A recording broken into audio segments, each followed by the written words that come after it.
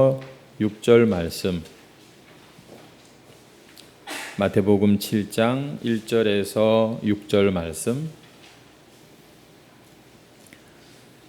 우리 다 같이 합독해서 읽도록 하겠습니다. 마태복음 7장 1절에서 6절 말씀 시작. 비판을 받지 아니하려거든 비판하지 말라. 너희가 비판하는 그 비판으로 너희가 비판을 받을 것이요 너희가 헤아리는 그 헤아림으로 너희가 헤아림을 받을 것이니라. 어찌하여 형제의 눈 속에 있는 티는 보고 내 눈 속에 있는 들보는 깨닫지 못하느냐. 보라, 내 눈 속에 들보가 있는데 어찌하여 형제에게 말하기를 나로 내 눈 속에 있는 티를 빼게 하라 하겠느냐. 외식하는 자여, 먼저 내 눈 속에서 들보를 빼어라. 그 후에야 밝히 보고 형제의 눈 속에서 티를 빼리라. 거룩한 것을 개에게 주지 말며 너희 진주를 돼지 앞에 던지지 말라. 그들이 그것을 발로 밟고 돌이켜 너희를 찢어 상하게 할까 염려하라. 아멘. 오늘 본문 말씀으로 서로 받아주라는 제목으로 함께 또 은혜를 나누도록 하겠습니다. 한번 따라하겠습니다. 서로 받아주라. 오늘 본문에 보니까 뭐 그런 말이 없는데 서로 받아주라, 서로 거절해라 이런 말이 없는데 일반적으로는 비판하지 마라 그렇게 우리가 제목을 잡고 말씀을 나눌 수 있는 그런 내용이겠습니다만 그러나 이 비판하지 말라는 말은 사실은 바꾸어서 말하면 서로 거절하지 말고 정죄하고 죄를 꼬집고 그 사람과 내가 다른 것을 확인하지 말고 받아주라는 그런 차원에서 우리가 이 비판하지 말라는 말씀을 이해하시면 좋겠습니다. 우리 먼저 한번 옆에 사람 받아주고 말씀을 나누면 어떨까 싶은데요. 남의 이 여자는 함부로 하면 안 되고 딱 봐서 가능하신 분들은 한번 우리 서로 안아주고 말씀을 나누면 어떨까 싶습니다. 우리 한번 옆에 있는 분들 안아주시면서 당신 때문에 내가 힘이 납니다. 당신 때문에 내가 삽니다. 이렇게 한번 인사하겠습니다. 네. 이런 걸 우리가 이렇게 하는 이유가 왜 그런가 하면은 이게 연습하는 겁니다. 연습. 사람은요, 결국에는 제가 볼 때 신앙도 그렇고 성공도 그렇고 이게 습관이더라고요, 습관. 보면 이 습관이 참 중요합니다. 경건이라고 하는 것도 보니까 오랜 세월 연습하고 이게 익숙해지면 자연스럽게 삶의 경건의 모습들이 나타나거든요. 자, 그런 차원에서 우리는 조금 유치한 것 같지만 이렇게 교회 와서 한 번씩 이렇게 연습을 해봅니다. 아까 보니까 앉는다고 말을 잘 안 하시는 것 같은데 한번 옆에 분에게 더 인사하십시오. 내가 당신 때문에 힘이 납니다. 당신 때문에 삽니다. 아멘. 예, 감사합니다. 우리가 지금 예수님의 산상설교라고 해서 산상보훈, 산상수훈이라고도 말하는데 예수님의 이 설교를 묶어놓은 것이 마태복음 5장, 6장, 7장입니다. 그래서 우리가 5장, 6장까지는 이미 살폈고 이제 7장을 제 계획으로는 9월 넷째 주까지 있는데 오늘부터 해서 4번에 걸쳐서 마무리를 짓는 것이 저의 계획입니다. 그래서 오늘도 우리가 예수님의 이 설교, 비판하지 마라 이 말씀을 함께 살펴보겠습니다. 왜 이 비판하지 말라는 말은 서로 받아주라는 말인가? 아까 말씀드린 대로 야, 내가 보니까 저 사람 저거 틀렸어. 이렇게 우리가 누군가를 판단하고 인정한다면 우리가 그 사람과 결코 같이 가기가 쉽지가 않을 겁니다. 그 사람의 잘못을 내가 보는데 그걸 내가 용인하고 용납하고 그냥 받아준다는 건 이게 쉬운 것이 아니거든요. 그래서 오늘 비판하지 말라는 제목이 아니라 서로 받아주라 이렇게 제목을 정했고요.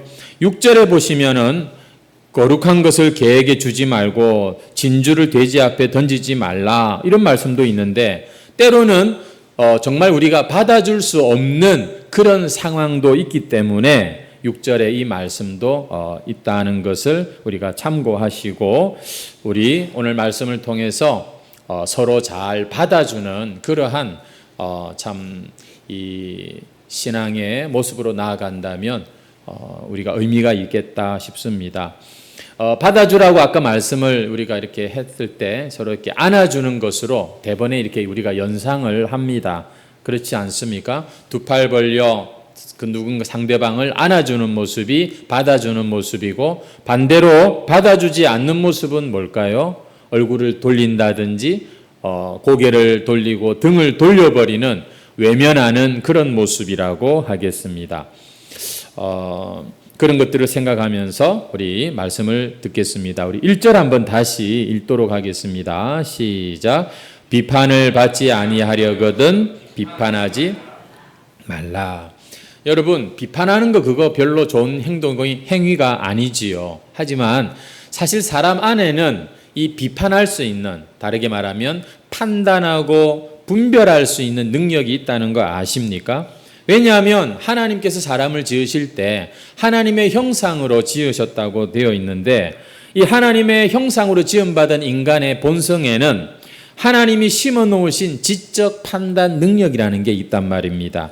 그래서 사람은 뭐가 옳은지, 뭐가 틀렸는지, 뭐가 좋은지, 뭐가 나쁜지를 판단하는 능력들이 다 있다는 것이에요. 그게 만약에 없다, 우리는 그 사람을 문제가 있다 이렇게 보는 겁니다. 정상적인 사람들은 다 이런 판단 능력이라는 게 있는 것이죠. 그래서 우리가 어떤 사물이나 어떤 사람에 대해서 이 판단하게 되는 것은 어찌 보면 참 자연스러운 현상이라고 할 수가 있겠습니다. 여러분, 비판하지 말라고 해서 아무런 판단도 하지 마라, 그렇게 오해하시면 안 된다는 그런 말씀을 드리는 거예요. 예를 들면 이런 겁니다. 우리가 하나님의 말씀을 얼마나 중요하게 생각합니까? 근데 우리가 그 말씀이 옳다, 그 말씀에 내가 따라야겠다, 순종해야겠다, 이런 결단으로 나아가려면 그 말씀이 정말로 순종할 가치가 있다고 우리 안에서 판단이 되어야 되지 않겠습니까? 사실 그래서 이런 판단이나 분별함이라는 것은 굉장히 유익한 것이고, 어쩌면 우리는 이 능력을 점점 더 심화시켜 가야 할 그 모습이 바로 성숙한 모습이라고 하겠습니다. 그런데 이런 좋은 의미에서의 판단과 이 비판, 어떤 이 분별하는 것은 항상 보면 어떤 결과를 가져오냐면 상대방을, 아니면 어떤 그 상황을 정확하게 이해하고, 그러니까 잘 이해하니까 어떻게 되냐면 받아주게 된다는 겁니다. 그것을 수용하고 그것을 내가 다가가서 고쳐주고, 뭔가 이렇게 이 생산적인 이런 결과가 나타난다는 것이지요. 반대로 그렇지 못한 비판은 무엇입니까? 안 받아주는 겁니다. 여기에는 분리가 생기고 관계가 이제 막혀버리죠.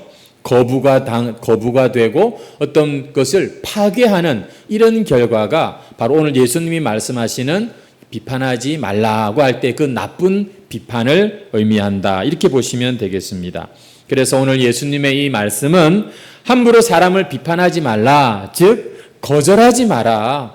잘 알지도 못하면서 너무 쉽게 그렇게 단정 짓지 말고 오히려 그 사람을 더 이해하고 그 사람을 더 받아주는 마음으로 우리는 어쩌면 그 사람을 자세히 살펴볼 필요가 있겠다, 이런 차원에서 말씀을 우리가 들어야 되겠습니다. 예수님께서 그러면 누구를 비판하지 말라고 말씀하십니까? 오늘 본문에 보니까 5절에 형제의 눈 속에서 티를 빼리라. 보니까 지금 이 비판은 그렇습니다. 형제에 대한 비판을 하지 마라고 지금 말씀하고 계시는 겁니다.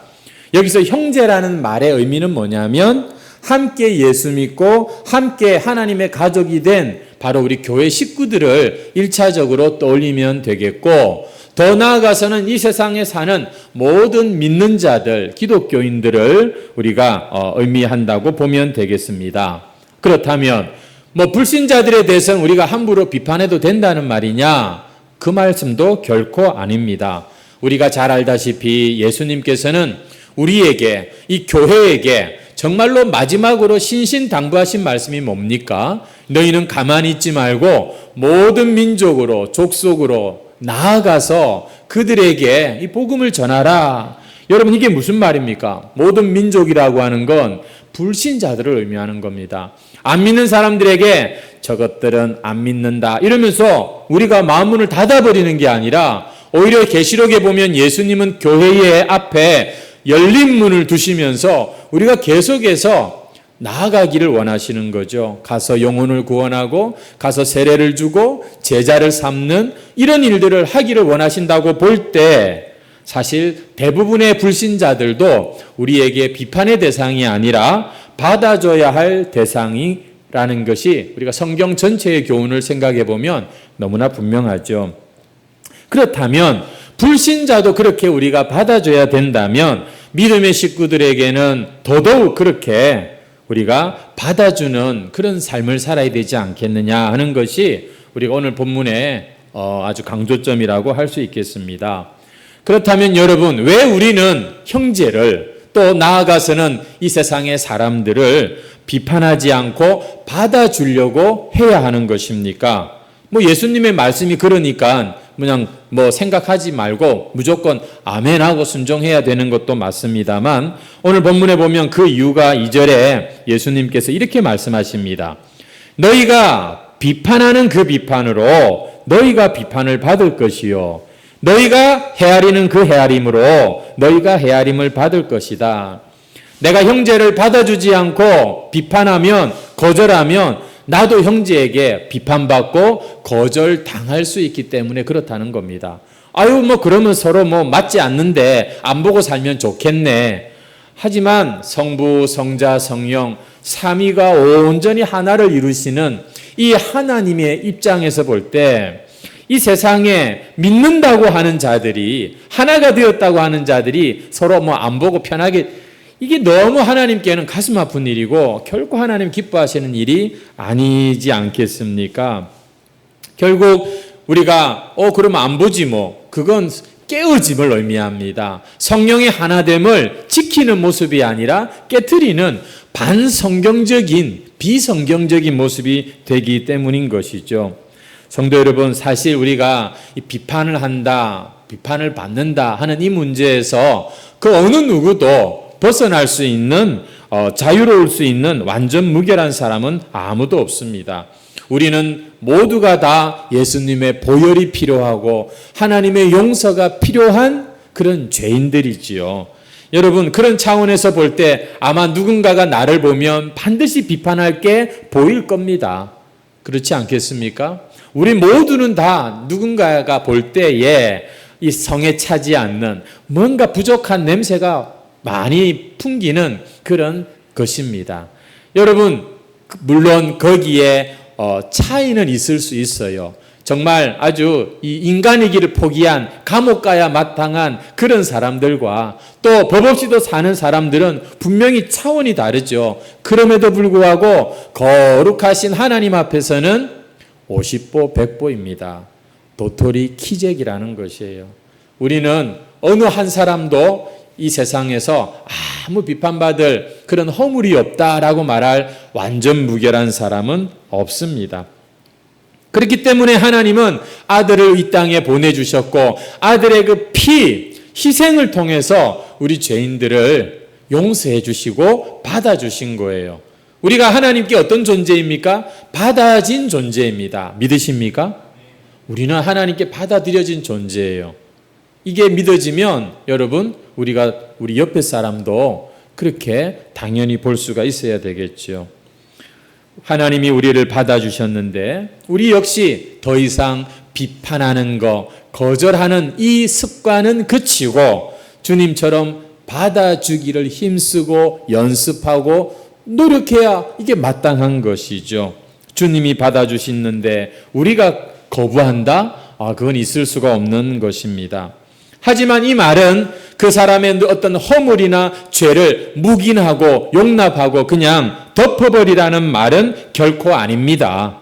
비판하지 말라는 것은 우리가 우리의 생각과 우리 입장에서 쉽게 판단하면서 그만 그 사람을 거절하는 것을 하지 말라는 거지 우리가 형제를 받아주고요. 그 형제를 우리가 품게 되면 우리는 그 형제 안에 있는 약한 것과 허물과 오래된 죄의 습관들을 진리의 빛을 비춤으로 말미암아, 그리고 그 진리의 빛을 따라 사는 누군가의 모습을 보여줌으로 말미암아 그 사람에게서 그 비판받아 마땅한 것들이 사라지게 하고 해결되게 하는 이런 은혜가 이 공동체 안에 여러분 있기 때문에 우리는 형제를 비판하지 말고, 그러나 그 형제의 허물과 이 죄를 우리가 기꺼이 우리가 받아주면서 그걸 해결해 주라. 그냥 이렇게 덮어버리라는 말이 아니라, 그래서 점점 변화되고 함께 거룩한 존재로 나아가는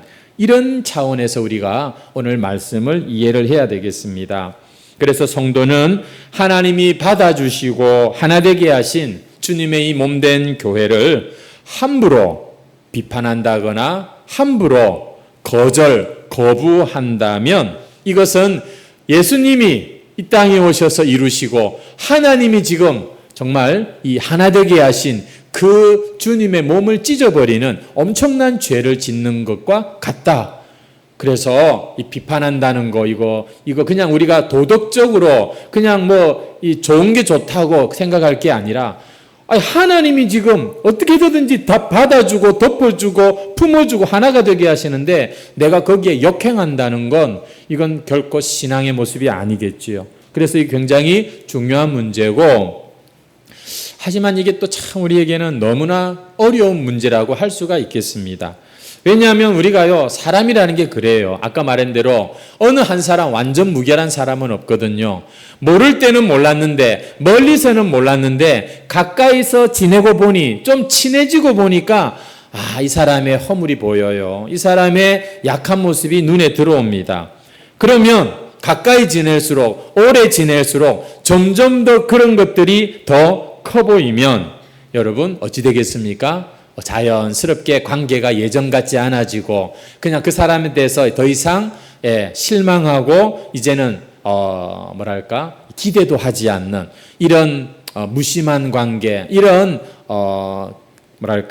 나빠지는 관계로 우리가 가게 되기 쉽다는 겁니다. 멀리서 볼 때는 괜찮았는데 자주 만나서 대화를 하고 가까이 만나 보니까 이 사람 이런 사람이었네. 내 생각과 다르고 내 성격하고도 맞지 않고, 보니까 이 사람 안에 이런 무례함이 있었고 이 사람 안에 이런 말도 안 되는 이런 것들을 우리가 보게 될 때에 여러분, 나도 사람인데 감정이 있는데 상처가 되지 않겠습니까? 기분이 상하고 실망할 수 있게 되는 거죠. 이 목장하는 교회들에 보면 그런 문제가 있답니다. 처음에는 모여서 하여튼 재밌었대요. 근데 좀 지나다 보니까 이 사람이 나하고 다르네, 이게 자꾸 보이는 거예요. 정치 색깔이 다르네, 이 사람이 보니까 나하고 생활 수준도 다르네, 어떻게 이 사람은 이렇게 생각하지? 오히려 목장 안에서 약간 갈등이 막 일어난답니다. 근데 우리가 적어도 그리스도인이라면, 예수님의 제자라면 그런 갈등이 생길 때 이제 진짜 우리의 능력을 보여줘야 되는 것 아니겠습니까? 진짜 우리가 얼마나 예수님을 따르는 제자가 되고 싶은 자들인지를 그럴 때 사실은 증명해야 되는 것이겠지요. 그냥 쉽게 실망하고 나 목장 안 나가, 나 그 사람 못 보겠어, 그거는 하나님께 이렇게 아직 그 사랑과 은혜를 모르는 세상 사람들도 그래 잘 안 합니다. 기본적인 인간관계를 위해서라면. 근데 우리는 참 그렇게 한다면 여러분 이게 부끄러운 모습이죠. 근데 신약 시대를 보니까, 복음서에 보니까요, 예수님의 제자들끼리 보니까 굉장히 많이 서로 싸웠더라고요. 서로 다투고 시기하고 막. 여러분 서신서에 보니까 이 초대 교회의 모습에서 이 교인들 간에 서로 보니까 시기하고 질투하고 서로 싸우고 이 뭔가 비판하는 모습들을 꽤 볼 수가 있습니다.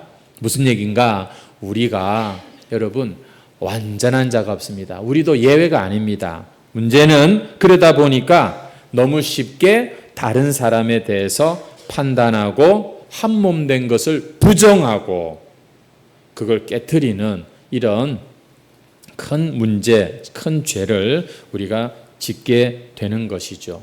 아무도 이 문제가 여러분 자유로운 사람이 없습니다.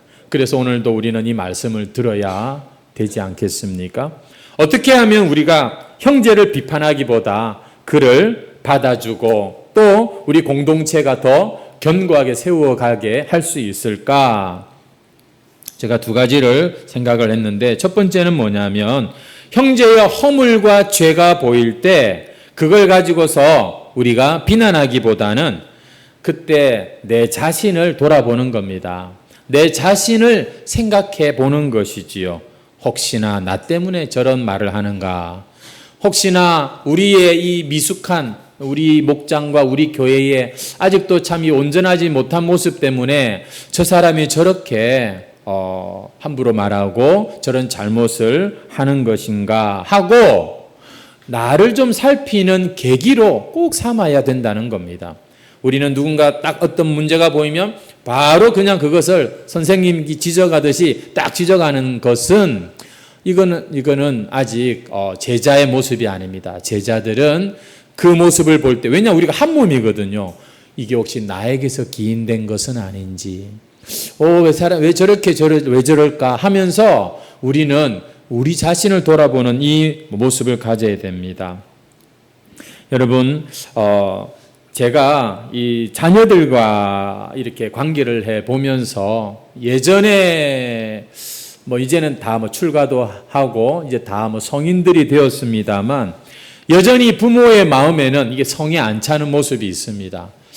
왜 저럴까 하는데 이게 부모라서 그런지 그냥 너 그러면 안 돼. 이게 아니라 내가 옛날에 참 그걸 내가 참 못 채워져 가지고 내가 그때 좀 잘 똑바로 내가 못 키운 내 탓이다 하는 생각이 제 안에 이렇게 요즘 있더라고요. 그런 모습을 볼 때 이게 오늘 우리가 이 형제를 받아주는 어떤 그런 모습과 비슷한 것이 아닌가 생각해 봅니다. 분명히 약점이 보이고 분명히 저거 아니다 싶지만 그냥 함부로 말을 못 하겠어요. 그냥 너 틀렸어 라고 다른 제3자를 대하듯이 그렇게 못 합니다. 왜냐? 부모 마음이 있으니까요. 오히려 더 기도가 돼요. 오히려 아픈 손가락 더 신경이 쓰이는 겁니다. 여러분, 우리가 형제의 허물과 죄가 보일 때 비난한다는 건 이건 정말 내가 지금 이 공동체의 한 구성원이요 주님의 한 몸된 이라는 그 신분을 망각하는 그런 행동입니다. 우리가 정말로 하나님의 가족이라고 생각한다면 여러분 우리 자식 키워본 부모님들 여러분 그겁니다.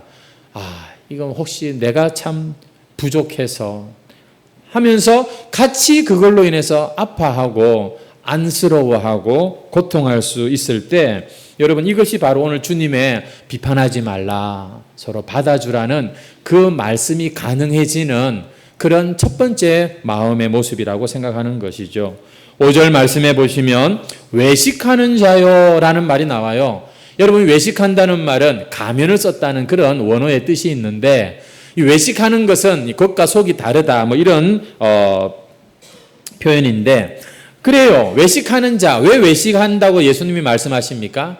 50보 100보거든요. 주님 보실 때는 자기도 문제가 많고 흠이 많은데 유독 다른 사람의 허물과 죄에 대해서는 너무 쉽게 그리고는 큰 소리로 그렇게 이야기할 때 주님께서는 이 참 문제가 크다고 보시는 겁니다.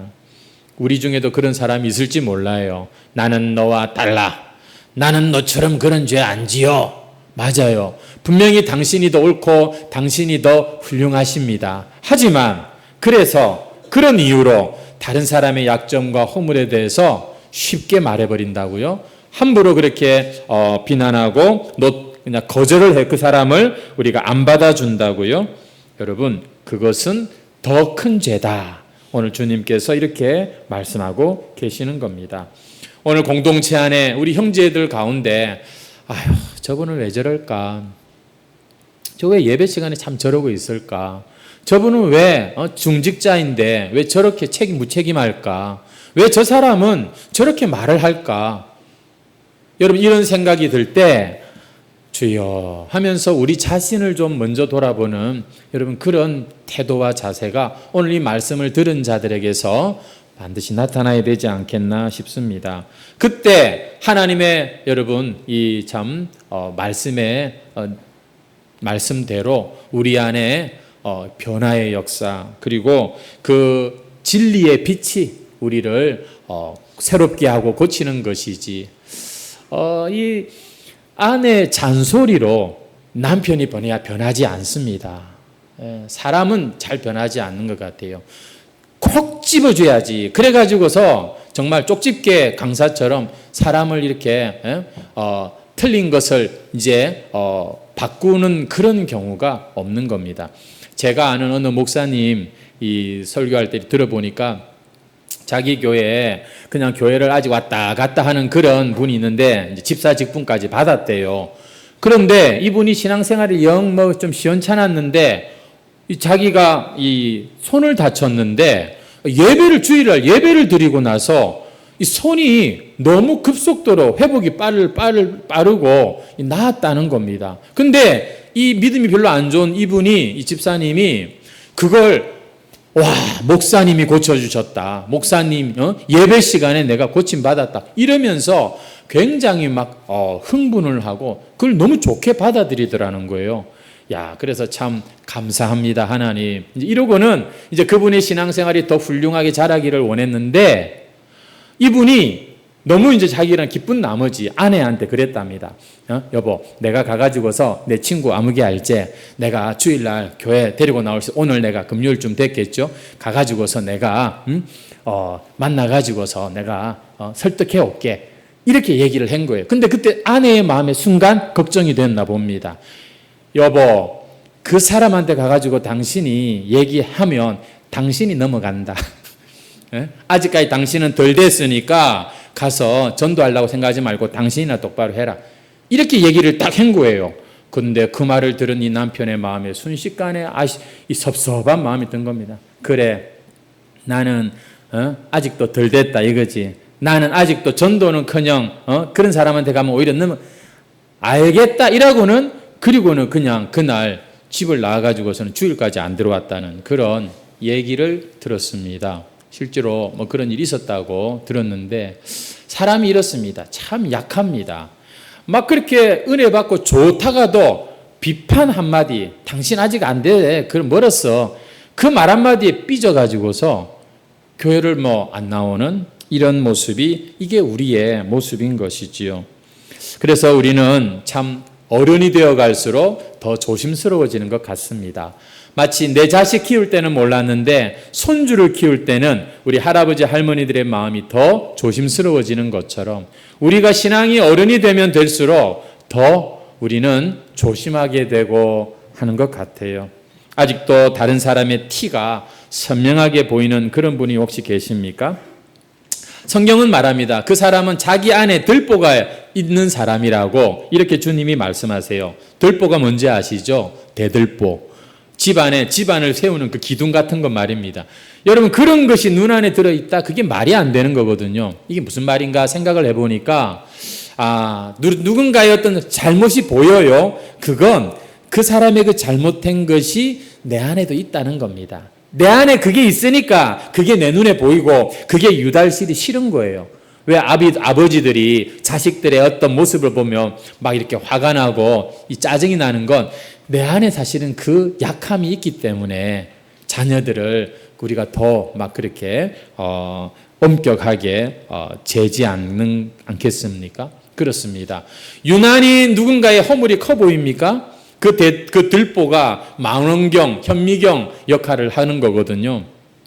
왜냐하면 내 안에 사실은 그 욕심이 있고 내 안에 사실은 그런 이 실수가 있었고 내 안에 여전히 그게 해결이 안 되니까 뭐 눈에는 뭐만 보인다고 내 안에 그 안경을 끼고 그 사람을 보니 그 죄가 크게 보이는 것이다는 것입니다. 그래서 형제의 허물과 그 잘못이 보일 때는 누구를 먼저 보라고요? 내 자신을 볼 수 있어야 됩니다. 내 자신을 살펴볼 필요가 있다는 것입니다. 그러면 형제 안에 있는 그 허물보다 내 안에 있는 이 허물이 더 크구나, 티가 아니라 이게 들보구나, 이걸 깨닫게 됩니다. 이게 저는 주님의 은혜라고 생각하는 것이죠. 우리는 서로를 볼 때 그래서 이미 우리가 부부라는 게 뭐예요? 이제는 한 남편과 한 아내가 주님이 하나로 이렇게 한 몸 되게 하셨다는 걸 믿고 우리가 사는 거 아닙니까? 조금만 내 눈에 눈밖에 나라 그러면은 없던 일로 하는 게 결혼입니까? 그런 게 아니잖아요. 무슨 말이냐면 우리가 하나님 안에서 한 형제 자매가 된 겁니다. 그래서 우리는 서로의 약점을 이제는 보완해 주기도 하고 때로는 스트레스 받고 하지만 그러면서 크더라고요. 그러면서 그 치열했던 부부 싸움의 시간들은 어느새 지나가고 이제는 편안한 그런 관계도 그러니까 여러분 우리가 이미 하나로 부름을 받았다는 이 사실을 기억하시고 여러분 좀 저 사람의 문제는 나의 문제다. 내 안에도 이런 문제가 있나 보다. 내가 자꾸 저게 거슬리는 거 보니까 이것이 어쩌면 내 문제일 수도 있겠다. 이렇게 우리가 생각해야 그것이 참 주님이 원하시는 모습입니다. 한 가지 더 형제의 허물과 죄를 통해서 내 안에 있는 허물과 죄를 혹시라도 발견을 했다면 그 다음엔 어떻게 해야 되느냐? 기도해야 된다는 겁니다. 따라합시다. 기도. 여러분 우리의 허물, 다른 사람의 허물에 대해서 해결할 수 있는 가장 좋은 것은 그것은 하나님 앞에 가지고 가서 기도하는 것입니다. 먼저는 내 자신의 허물과 죄를 진지하게 회개하고 그러면서 그 사람의 그 연약함까지도 기분 나쁜 게 아니라 짜증이 나는 게 아니라 이게 불쌍해지는 거예요. 불쌍해지는 거예요. 그러면 여러분 거기엔 이해가 돼요. 용납이 됩니다. 언제부터 내가 그 사람에서 기도를 하다 보면 그 사람을 받아줄 능력이 제 안에 생기는 것을 보게 되는 것이고요. 그러면 하나님이요 가장 좋은 때 적당한 기회를 주십니다. 그 기회를 통해 그 형제에게 다가가서 지혜롭게 권면하면 형제도 살고 관계도 여전히 지킬 수가 있고 공동체도 더욱더 견고해진다는 것이죠. 한마디로 그렇습니다. 형제를 비판하지 말고 받아주라. 오늘 이 말씀은요. 형제에 대해서 검사가 되지 말고 변호사가 되라는 그런 말로도 우리가 생각해 볼 수 있겠습니다. 한번 따라해 보시죠. 검사가 되지 말고 변호사가 됩시다. 누구에게요? 우리 서로에게. 죄를 처리하는 가장 흔한 방법이 뭔가 하면은 너 죄 지었군 어떻게 해서 몇 년 동안 감옥 그런 게 있지 않습니까? 우리가 교회 안에서 그런 죄와 허물을 보면 어떻게 해야 됩니까? 너 죄 지었군 그래서 탈락 그래서 교회를 나가 이렇게 여러분 말할 수 있겠습니까? 그러면 공동체가 순결해지는 것입니까? 아마 아무도 남아있지 않을 것입니다. 그래서 죄를 지적하고 비판하고 다니는 사람은 사실은 공동체를 살리는 자가 아니라 죽이는 자다 이렇게 말할 수가 있는 겁니다. 반대로 아까 말씀드린 대로 교회 공동체를 살리는 사람들은 형제의 허물과 죄를 자기 허물처럼 생각하니까 조용히 그것을 가지고서 기도도 하고 또 그 형제를 가서 끌어안아주고 포기하지 않고 어떻게 해서든지 살게 하려고 어떻게 해서든지 살아남게 하려고 그렇게 끝까지 포기하지 않는 모습으로 나게 되는 것이 이게 하나님의 마음인 줄 믿습니다. 아버지 하나님의 마음이 안 그렇습니까? 어디 자식을 너 틀렸어 탈락 이러면서 잘라내는 아비가 어디 있겠습니까? 오늘 우리 교회가 건강한 공동체가 되기 위해선 이 아버지의 마음을 가진 사람들이 많아질 때 어떤 사람도 이 교회에 와서 편안함을 느끼고 그리고 자신을 정확하게 깨닫고 말씀의 빛의 자식을 비추어서 하나님의 은혜로 변화되어 가는 거지. 저런 사람이 말이야 우리 교회에 와고 이런 분위기는 여러분 이제는 우리에게선 절대 있어서는 안 되는 겁니다. 부디 비판하지 말고 받아주는 성도들이 되시기를 주의 이름으로 축원합니다. 바다가 왜 바다인지 아십니까? 다 받아줘서 바다인 것입니다. 바다같이 넓은 주님의 사랑이라고 하는데 여러분 한번 바다가 되어 보십시다. 오늘 말씀 한 가지만 더 생각을 한다면 예수님께서 예수님의 산상설교에서 이렇게 말씀하셨는데 예수님이 솔선수범하시는 모습을 보이세요. 바로 십자가입니다. 여러분 십자가에 어떻게 못 박힌지 아세요? 두 팔 벌려 십자가에 못 박히십니다. 이것은 제가 문자를 가지고서 여러분 기억에 남도록 하기 위해서 하는 말씀입니다만 여러분 두 팔 벌린 채로 예수님께서 하나님께 기도합니다. 아버지여 저들의 죄를 용서하옵소서. 저들은 자기들이 지금 뭘 하는지 알지 못합니다. 하고는 자기를 죽이는 자들 앞에 두 팔 벌려 끝까지 예수님은 그들을 받아주시면서 그들에게 죽임을 당하십니다. 여러분 이것이 우리 예수님께서 보여주신 십자가 사건의 한 이미지이지요. 죄인들을 받아주시는 하나님의 사랑. 그런데 그때 예수님의 십자가의 양편에 두 행악자가 있었다고 성경은 말합니다. 둘 다 죄를 짓고 그렇게 십자가에 예수님과 함께 못 박혀 있었던 사람들인데 이 사람들은 예수님 가까이서 예수님의 말씀하시는 것과 기도를 다 들었을 겁니다. 그런데 그 중에 한 강도는 보니까 더 큰 소리로 예수님을 비방했다 이렇게 말하고 있습니다. 결국 그는 오늘 본문 6절에 나와 있는 것처럼 자기 길로 그냥 가고 맙니다. 그런데 그 중에 한편 강도가 뭐라고 말합니까? 그 사람을 꾸짖으면서 이분은 의로운 분이다. 죄가 없는 분이다. 이렇게 말하시면서 예수님께 기도합니다. 당신의 나라에 이를 때에 나를 기억하여 주소서.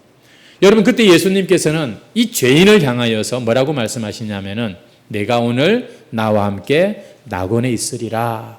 기꺼이 받아주는 모습을 우리가 보게 되는 것이죠. 여러분 우리가 이미 예수님의 품에 다 안긴 자들입니다. 이미 예수님께 받아들여진 자들이라는 것이죠. 왜냐하면 오늘 이 중에는 혹 그런 분이 없기를 바랍니다. 아 내가 죄인이구나. 주여 나를 용서하소서. 이 회개의 시간을 거쳐야만 그리스도인이 될 수 있기 때문입니다. 여러분은 회개하시고 다 주님 앞에 여러분 받아들여진 존재입니다. 물론 회개를 내가 눈물 콧물 흘리는 회개를 말하는 게 아닙니다. 내가 틀렸고 하나님이 옳으십니다. 이 고백이 살아있다면 그 사람은 회개한 자요 하나님의 백성이 맞습니다. 하나님의 받아들여진 자이죠. 중요한 것은 뭐라고요?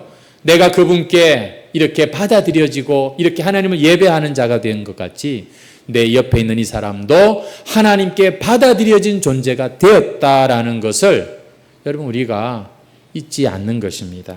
그 사실을 기억하고 우리가 이 사람을 바라볼 때 어찌 우리가 그를 거부할 수가 있겠습니까?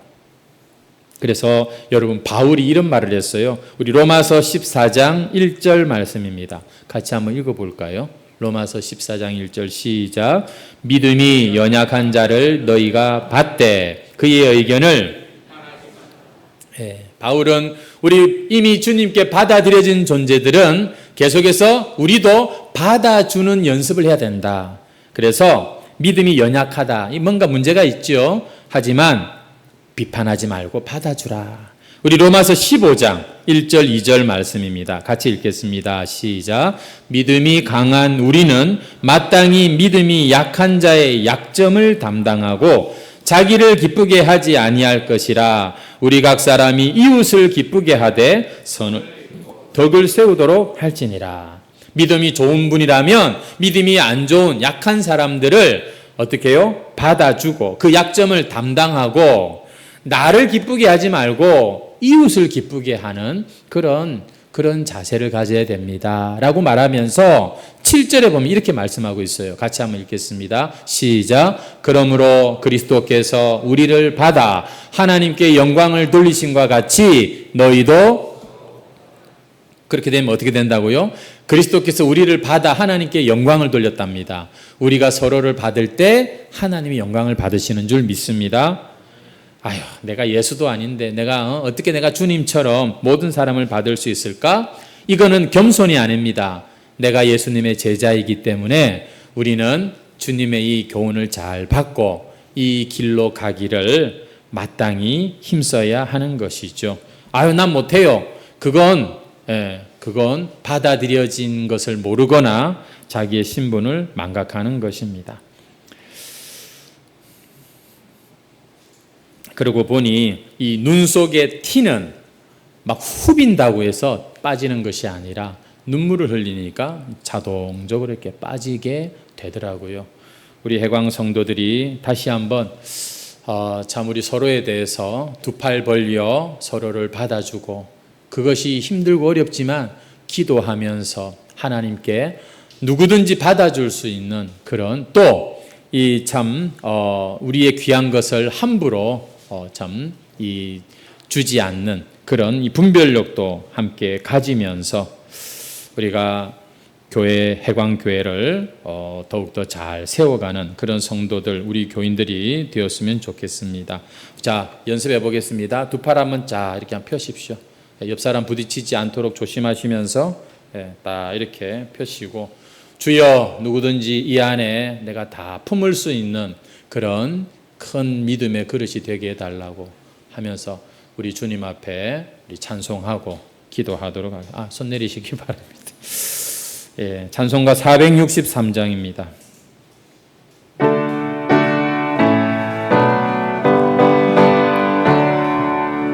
신자 되기 원합니다. 진심으로 신자 되기 원합니다. 진심, 아멘. 사랑하기 원합니다. 사랑하기 원합니다. 진심으로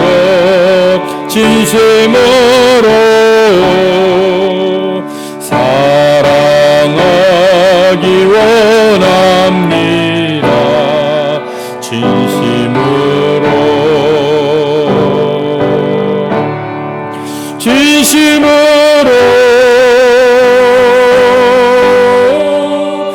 진심으로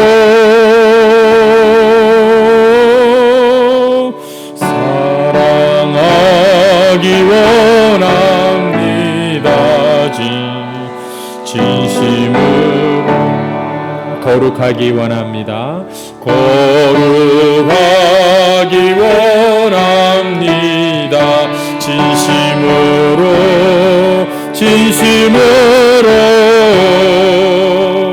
거룩하기, 진심으로, 아멘. 예수 닮기 원합니다. 예수 닮기 원합니다. 진심으로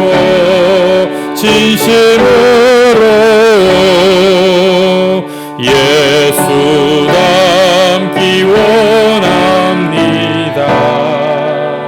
진심으로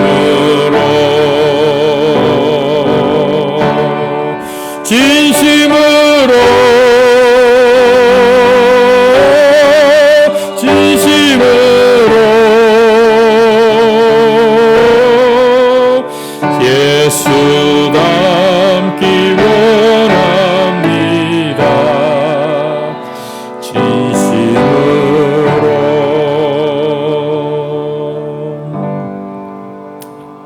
아멘.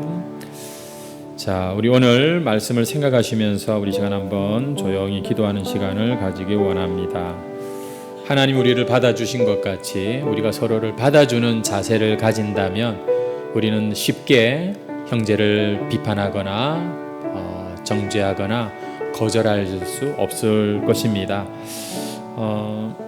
그럼에도 불구하고 이 말씀은 너무나도 우리에겐 어려워서 정말 하나님의 성령이 도와주지 아니하시면 제 힘으로는 서로를 받는 자가 될 수 없습니다. 우리 이렇게 좀 고백을 하시면서, 주님, 나의 이 좁은 마음이 주님의 이 넓은 마음을 가질 수 있게 해주시고, 우리 해광교회가 이 세상의 그 어떤 사람도 이 주님의 품 안에 들어와 따뜻하게 푸근하게 쉴 수 있는 그런 공간이 되게 해주시기를 원합니다.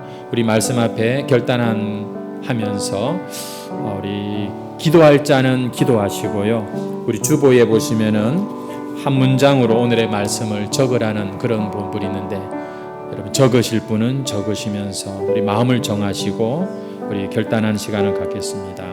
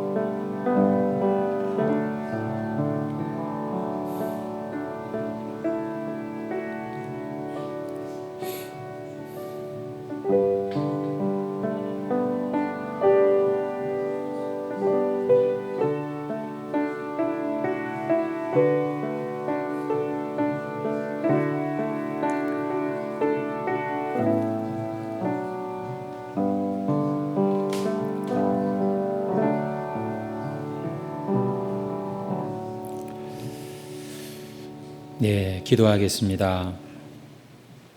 천지를 창조하시고 지금도 다스리며 역사하시는 살아계신 하나님 우리의 아버지, 오늘도 하나님 앞에 예배하는 자들로 우리를 불러주심을 감사합니다.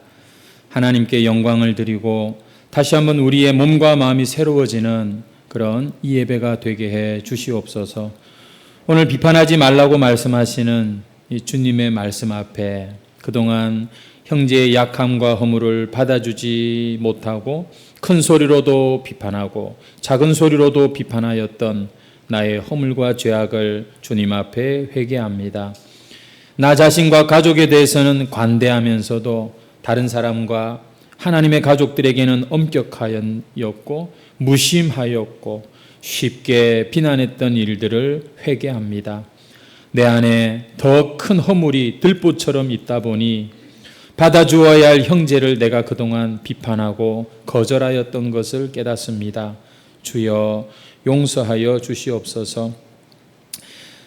그동안 비판하고 참 정죄하면서 오히려 내 마음만, 내 표정만 더 안 좋아진 걸 보니 주님, 이것은 사실 나에게도 큰 손해요, 참 치명적인 죄라는 것을 깨닫습니다.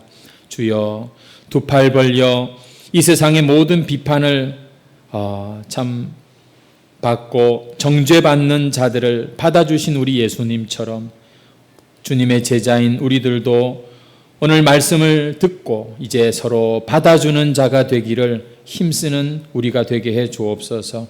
내 힘으로는 어렵지만 우리 형제의 허물과 죄를 볼 때 오늘 말씀처럼 첫째는 나 자신을 먼저 돌아보게 하시고 주님, 나와 그를 위하여 기도하는 그런 진실한 성도들이 되게 해 주시옵소서. 하나님, 우리의 마음을 아시고 생각을 읽으시는 주님, 정말 하나님 앞에 거룩한 성전으로 우리가 살아가기를 소원하는데 어찌나 우리 안에는 이런 미움과 원망과 짜증과 불평과 또 참 비난의 생각들이 많은지요. 오늘 진리의 말씀이 오늘 우리의 마음을 다시 한번 깨끗하게 씻어 주시옵소서. 주님의 말씀을 듣는 우리의 심령마다 다시 한번 우리 인생에 하나님의 말씀이 기준이 되고 새로워지고 변화되는 이 예배가 되게 하시고 이 말씀 붙들고 살아갈 때 이 한 주간 우리가 또한 순종하며 승리하게 하시옵소서. 그동안 주여, 나도 모르게 내가 이 교회에서 하나님 노릇하고 하나님 심판자 노릇했던 모습이 있다면 용서하여 주시고 우리 모두 예수님처럼 받아주는 인생, 첫째는 내 남편 받아주게 하시고 내 아내 받아주는 그런 우리 해광 성도들, 정말 받아주는 역사가 일어나는 우리 해광교회가 되게 해 주시옵소서. 이제 9월입니다. 우리에게 주어진 시간과 기회들을 더 이상 허비하지 말게 하시고 하나님의 뜻을 이루는 일에 선용할 줄 아는 지혜 있는 우리 성도들이 되게 해 주시옵소서. 오 하나님 아버지, 우리의 자녀들이 하나님의 진리로 자유케 되고 무럭무럭 자라나기를 간절히 기도합니다. 세상에서 잘 먹고 잘 사는 꿈 쫓다가 하나님 나라를 잃어버리는 일이 없게 하시고, 먼저 그 나라와 의를 구할 때 하나님이 인도하시고 하나님이 책임주시는 그런 은혜를 경험하는 우리의 자녀들이 되게 해 주시옵소서. 어린 아기들로부터 노년에 이르기까지 우리 모든 해관 교우들 위해 하늘의 평강과 땅의 즐거운 복을 허락하여 주시고, 특별히 지난 한 주간도 과다한 업무와 참 더운 날씨와 또 참 어려운 사람들에게 시달린 우리 성도들, 오늘 이 예배에 나온 주의 종들 하늘의 안식을 허락하시고 모든 것을 감당할 새 힘을 허락하여 주시고, 막힌 문이 열리게 하시고 병든 몸이 치유되는 역사가 예배 가운데 있게 하여 주시옵소서. 귀한 예물 구별하여 드렸습니다. 그 마음과 정성을 기쁘게 받으시고 하나님이 예물이 쓰이는 곳마다 영혼 구원하여 제자 삼는 역사가 나타나게 하옵소서. 예수님의 이름으로 기도합니다. 아멘. 우리 주 예수 그리스도의 은혜와 하나님 우리 아버지의 바다같이 크신 사랑과 성령의 교통하시고 충만하시고 늘 힘이 되어 주시는 은혜가 두 팔 벌려 죄인들을 받아주신 예수님처럼 이제는 형제를 비판하지 않고 서로 받아주기를 기도하고 다짐하는 모든 성도들 위해 영원토록 함께 있을지어다. 아멘.